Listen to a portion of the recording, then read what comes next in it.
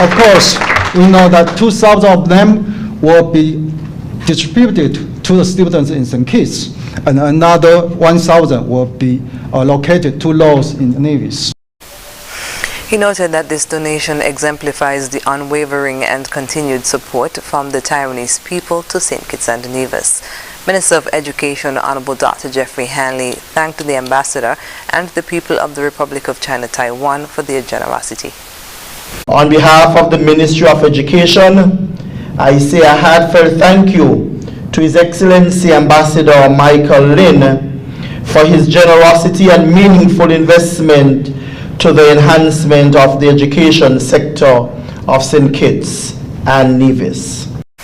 He mentioned that the ministry is committed to equipping the students of the Federation to learn in their communities. The Public Works Department is currently in the drafting stage for the St. Peter's Road Rehabilitation Project, slated to begin later this year.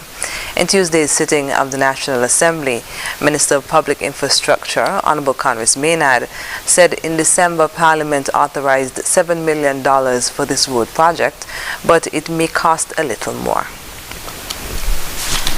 Important to note that this was not a part of the previous Island Main Road project, much to the dismay of the current representative and Prime Minister, because he insists that the St. Peter's Main Road is now part of the Island Main Road. It's a big area and fast expanding area. And although there is no allocation for the project, there was none before. And so the works of planning and designing could only have started this year.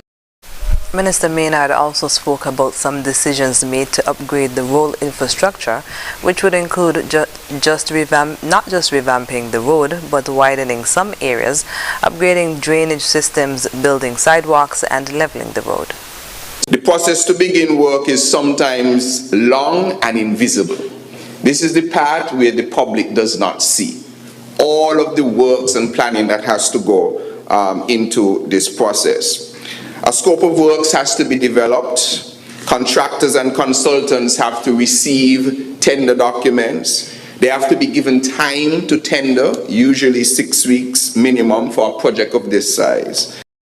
He also explained that coordination with utility companies such as the Cable, Flow, Skelec, and the government's water department is important, as they will identify their underground and above-ground assets to ensure that they will fit into the new road infrastructure.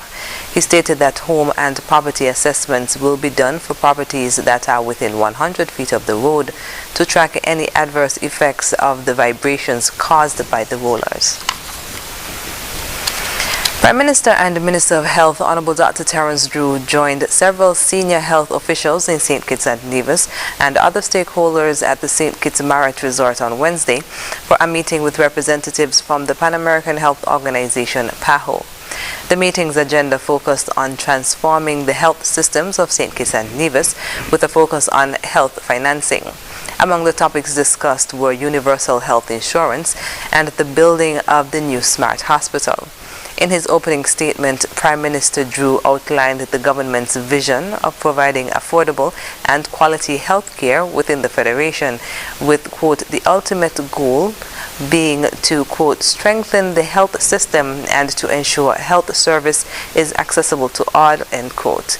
He also said, quote, in 2023 we will be embarking on one of the biggest capital projects ever undertaken in the health sector, the erection of a brand new smart hospital, one in which structural and operational safety are linked, along with the relevant green interventions to ensure disaster resilience, end quote. He also reinforced the significance of fostering partnerships, stating that it is imperative that regional partners such as PAHO are actively engaged to ensure that the national objective is achieved. PAHO WHO representative Dr. Amalia Del Riego reiterated PAHO's commitment to supporting the Federation in the attainment of universal access to health and universal health coverage, adding that, quote, health is a right, end quote. And in a related story, a comprehensive update on the National Health Insurance (NHI) scheme, its core components and its implementation status was provided by the Special Advisor to the Ministry of Health, Dr. Patrick Martin. He gave the update at a health meeting at the St. Kitts Marriott Resort on Wednesday with representatives from the government and the Pan American Health Organization, PAHO. He said, quote, National Health Insurance Universal Healthcare coverage will be rolled out over a period of time in a phased approach. Consultations will continue as we continue to work on this initiative and will be held with the Ministry of Finance, the Social Security Board, Industry and Commerce, the various labor unions, private insurance companies, statisticians, and the media, end quote. Dr. Guillermo Sandoval, advisor within Pan American Health Organization, World Health Organization, spoke about the evidence involved in health financing reform. He also outlined the health services coordination and success factors that are required in achieving the successful rollout of the NHI.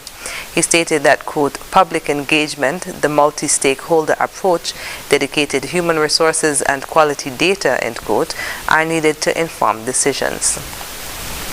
Prime Minister Honorable Dr. Terence Drew thanked the attendees for their insightful contributions and the fruitful discussions that ensued regarding the national health insurance, stating that, quote, we have concurred on the priority areas and activities to move this initiative forward. We look forward to continued cooperation with PAHO, end quote.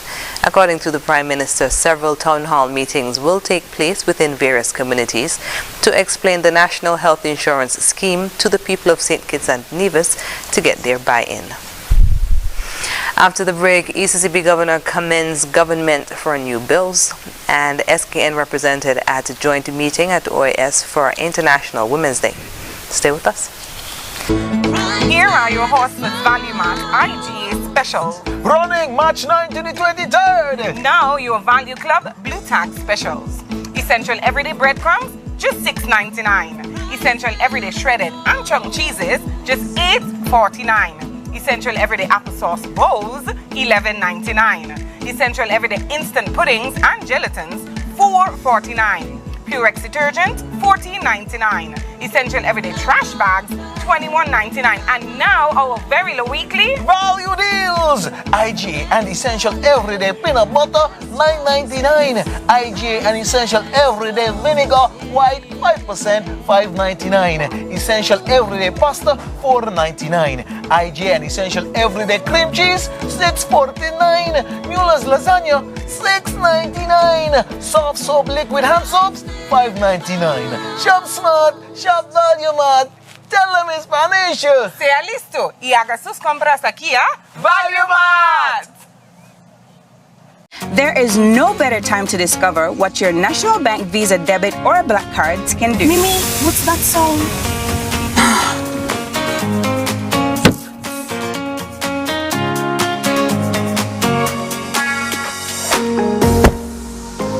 It can get you out of a pickle.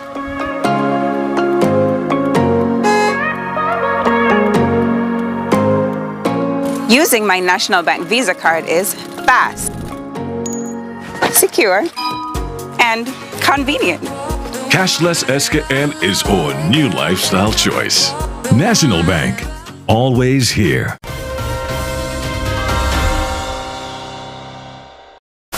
Welcome back. Governor of the Eastern Caribbean Central Bank, ECCB, Timothy Antoine, has commended the government of St. Kitts and Nevis for its tabling of two banking bills, the Banking Amendment Bill 2023 and the bill to amend the ECCB agreement in the National Assembly on Tuesday, which will help to protect the financial system.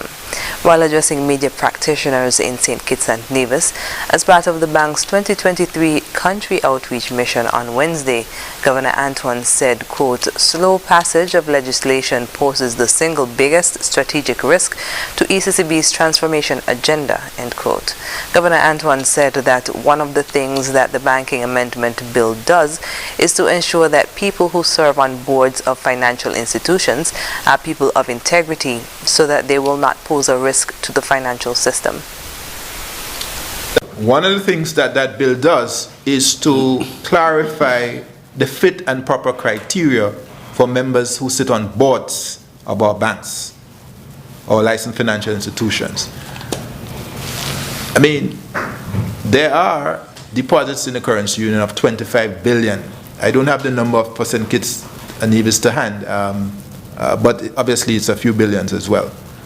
National Bank alone, the size of National Bank is a $3.6 billion bank, the single largest bank in the currency union.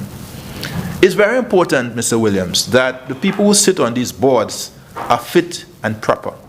They have the requisite skill, they have the requisite integrity, they have the requisite commitment to serve as board members and senior management.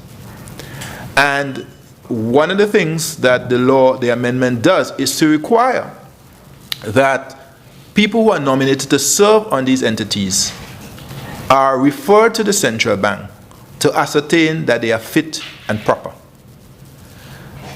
And it is important for that process to happen before they are formally appointed and are seated, because we want to avoid a situation where somebody gets nominated and then we have to remove them.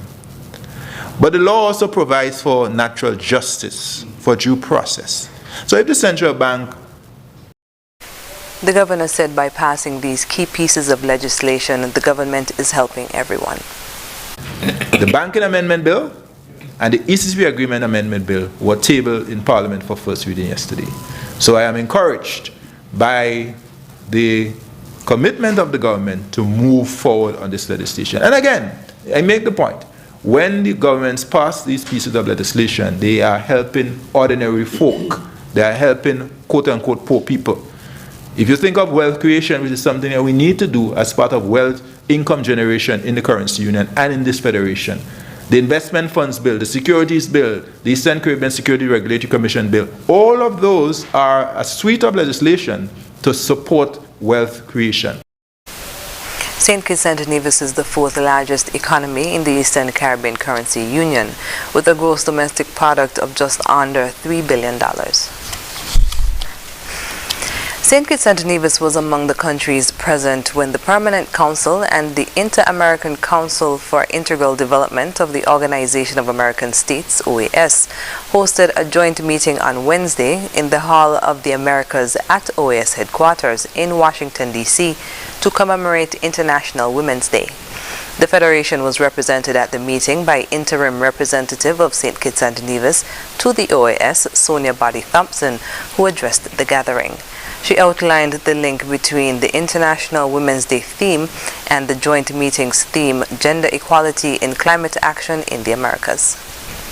The delegation of St. Kitts and Nevis is pleased to join with the OAS and the international community in recognizing and showcasing the work of women in our united fight against climate change.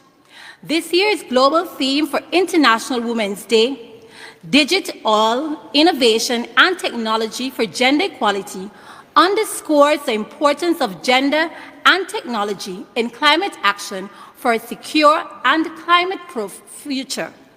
Chair, climate action for the Caribbean small island developing states requires a multi-sectoral and multidimensional approach to effectively address its unprecedented challenges. The high level of risk we face and the increasing vulnerability of key economic sectors, livelihoods, and environmental spaces similarly require concerted action and a clear determination to be inclusive of the unique voices in the most vulnerable spaces. Mrs. Boddy Thompson said any action to address the climate crisis should require gender equality to respond to a situation that affects women and girls. She highlighted some of the work being done in St. Kitts and Nevis to include women and girls in disaster management. St. Kitts and Nevis is pleased to highlight that since 2013, our National Disaster Plan was designed with a climate, gender, and child-sensitive responsive approach to disaster risk reduction.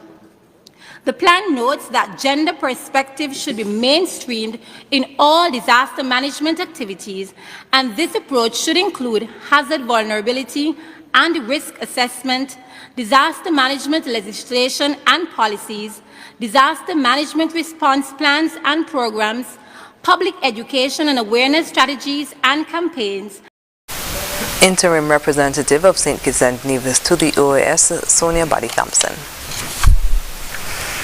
The Department of Statistics within the Ministry of Sustainable Development is concluding the field or data collection activities for the Population and Housing Census 2021. According to a statement, the census is a vital source of information on the current population count and characteristics, including the standard of living of the residents of St. Kitts and Nevis. The ministry says the information gathered is essential for proper strategic policy and planning decision-making in areas such as housing, healthcare, and education, and in general to promote the sustainable economic growth and development of our country. The Department of Statistics has thanked those who completed the interview and is encouraging those who have not yet been interviewed to contact them at 467-1257 or 467-1188 or visit the office upstairs Total Concept Building, Bladen Commercial Development. Coming up in regional news, further investments unveiled for Jolly Beach Resort property in Antigua.